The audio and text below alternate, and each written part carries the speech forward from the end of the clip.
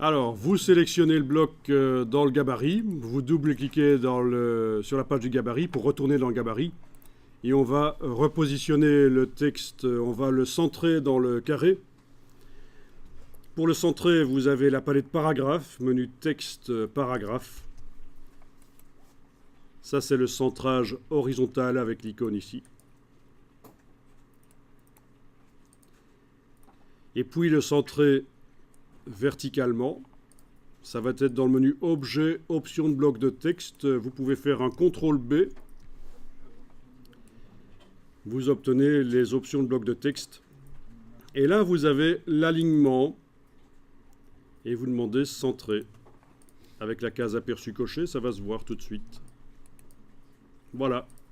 Centrage dans les deux sens.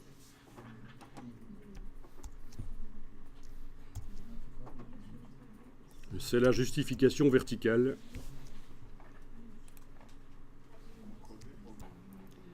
En ayant le bloc sélectionné, vous allez pouvoir modifier l'aspect du caractère, menu texte, caractère. Et donc là, vous modifiez la dimension. Avec la touche majuscule, quand on clique sur les petites flèches, ça va plus vite. Hein. D'accord ?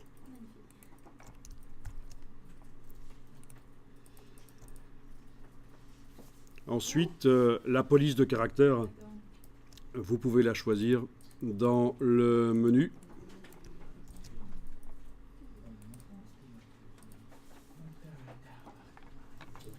Alors, vous avez des polices TrueType, et c'est l'ancienne génération de police, ça marche.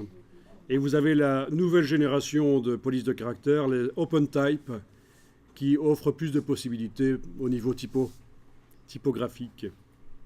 C'est ça la différence entre les TT et les O.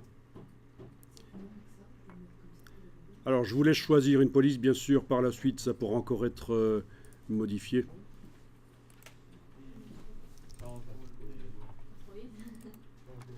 Alors, on a quand même un problème, c'est que c'est censé être un numéro, ce truc.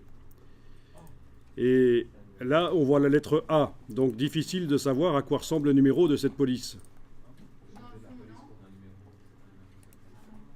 Donc, ce que vous pouvez faire, c'est double-cliquer sur une des pages pour aller voir le numéro. Voilà.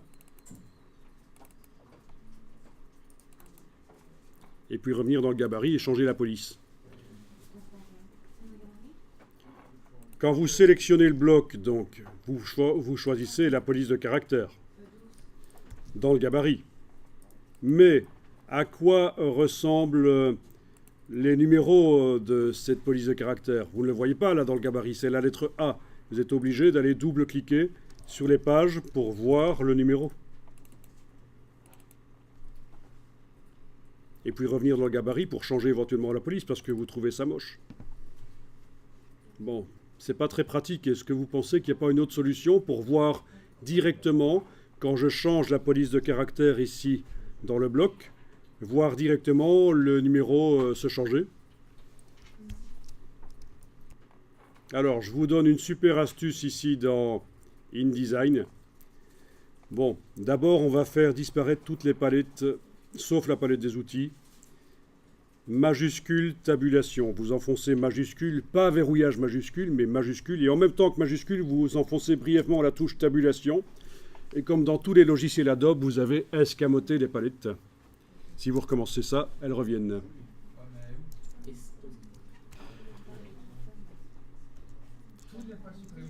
Alors, le problème, c'est que toi, tu as fait la touche...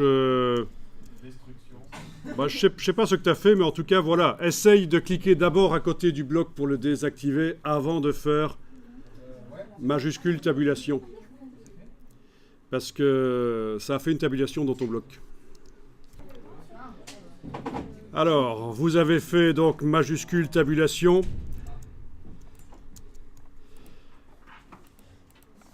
Oui, évidemment, du coup, moi ici, je suis obligé de remettre à 0 les palettes apparemment. Voyons un peu ça. Non, ça va. Tabulation, puis majuscule tabulation, ça va. Donc ce qu'on va faire ici pour arriver à modifier la police du numéro et en même temps voir ce que ça donne sur les pages du document, c'est quelque chose de super intéressant qu'on va voir ici. Il faut vraiment le retenir pour toute la suite de la formation. Vous avez la possibilité de travailler dans le gabarit et en même temps voir ce que ça donne sur les pages du document. Vous n'allez pas devoir passer du gabarit aux pages. Vous allez voir en même temps et pour ça vous allez demander dans le menu Fenêtre, Disposition, vous demandez Nouvelle fenêtre, Fenêtre, Disposition, Nouvelle fenêtre. Et voilà, vous avez une deuxième fenêtre qui s'est ouverte. D'ailleurs, c'est indiqué ici par le petit 2.2.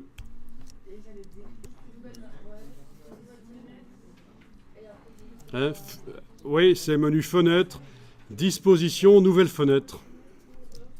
Ben oui, vous avez deux fenêtres superposées, exactement. C'est ce qu'on veut.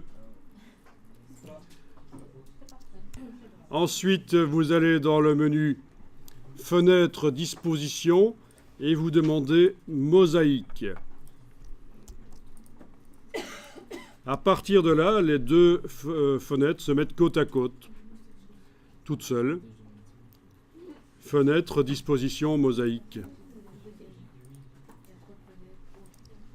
Vous voyez une des fenêtres à gauche et l'autre fenêtre à droite. Donc, vu que vous êtes sur PC, vous n'avez pas eu besoin de demander fenêtre, disposition, mosaïque. Alors, j'entends quelqu'un qui dit c'est quand même mieux sur PC. Donc, c'est la réflexion la plus stupide de la journée, puisqu'en fait, Mac ou PC, il n'y en a pas un qui est meilleur que l'autre. Ça dépend. Ça dépend de quoi? Ça dépend dans quel milieu vous voulez vous insérer. Vous voulez bosser dans une équipe, une boîte qui utilise des Mac, n'y allez pas avec un PC, vous allez être le canard noir. Inversement, vous voulez travailler dans une boîte qui n'utilise que des PC, n'y allez pas avec un Mac. Voilà, c'est ça la meilleure machine, c'est celle qui ressemble à ce qui est utilisé dans la boîte par les personnes qui vont faire le même boulot que vous. Le même boulot que vous, bien sûr, si vous allez dans une boîte d'informatique et vous êtes le graphiste de la boîte d'informatique, vous pouvez avoir une machine différente des autres, mais... voilà, ou si vous allez dans une boîte qui utilise principalement des Mac pour faire de la 2D et vous êtes le spécialiste de la 3D, utilisez un PC. Ça, c'est acceptable d'avoir une machine différente, mais voilà. Alors, on continue. Vous allez pouvoir, sur la fenêtre de droite, ici par exemple, la fenêtre de droite, vous allez pouvoir aller dans la palette page, menu fenêtre, page. Double-cliquer sur une des pages de gauche. Et vous voyez le document. Vous voyez la page avec le numéro. Maintenant, vous travaillez sur la page de gauche qui montre le gabarit. Vous sélectionnez le bloc et par la palette caractères, menu texte caractère, vous allez pouvoir modifier la dimension du caractère, choisir la police et faire même quelque chose que vous ne pouviez pas faire avant, c'est régler l'espacement entre les lettres. Enfin, si vous pouviez techniquement le faire avant, mais voir ce que ça donne, non. On ne voyait pas. Alors là, je suis en train de choisir la police par le menu des polices. L'idéal, c'est d'avoir imprimé un petit cahier avec toutes ces polices disponibles et choisir dans le livre imprimé. C'est ce qu'on appelle un livre des polices. C'est vraiment l'idéal.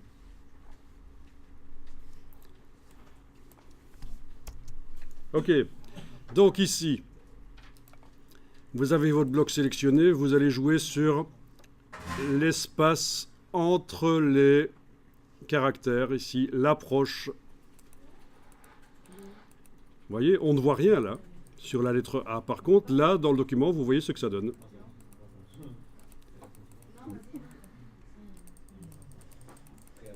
Et à vous de voir qu'est-ce que vous voulez donner comme aspect à votre numérotation. Voilà.